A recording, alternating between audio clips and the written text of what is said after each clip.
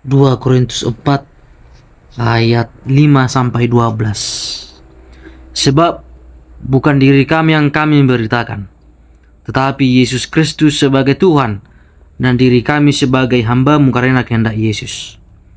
Sebab Allah yang telah berfirman, dari dalam gelap akan terbit terang, Ia juga yang membuat terangnya bercahaya di dalam hati kita, supaya kita beroleh terang dari pengetahuan tentang kemuliaan Allah yang nampak pada wajah Kristus.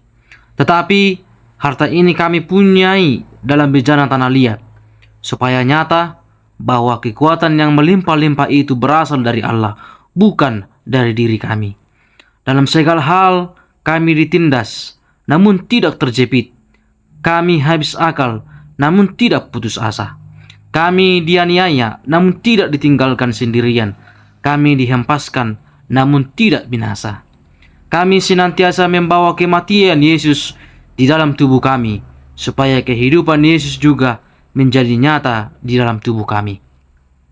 Sebab kami yang masih hidup ini terus-menerus diserahkan kepada maut karena Yesus, supaya juga hidup Yesus menjadi nyata di dalam tubuh kami yang fana ini.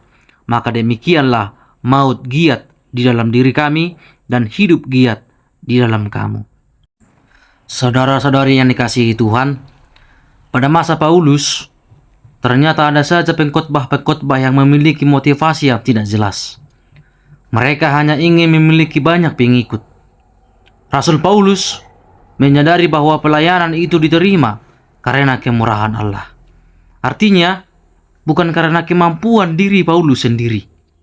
Itu sebabnya yang Paulus beritakan dalam pelayanannya adalah Yesus Kristus.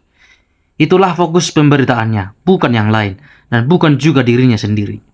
Ini penting karena banyak pengkhotbah yang berbicara tentang pengalamannya sendiri. Mungkin bagi sebagian pendengar, hal ini akan menyentuh hati.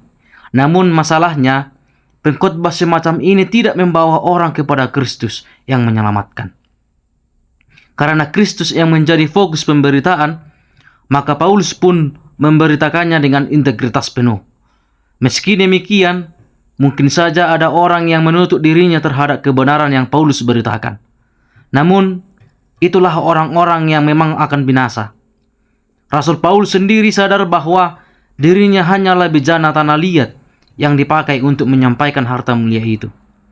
Begitu berat pengalaman yang telah ia lalui sebagai akibat dari pelayanannya bagi Kristus dan bagi Injilnya.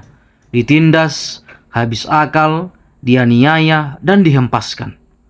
Namun lihatlah, kemenangan yang Paulus alami. Tidak terjepit, tidak putus asa, tidak ditinggalkan sendirian, tidak binasa. Paulus sadar benar bahwa kekayaan rohani yang ada padanya lahir sebagai akibat penderitaan yang ia tanggung dalam pelayanan.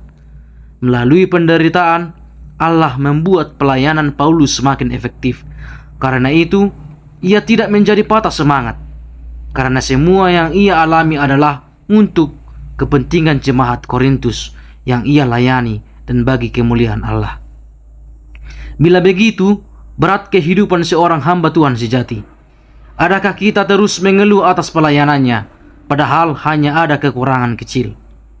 Doakan agar ia terus fokus pada pemberitaannya.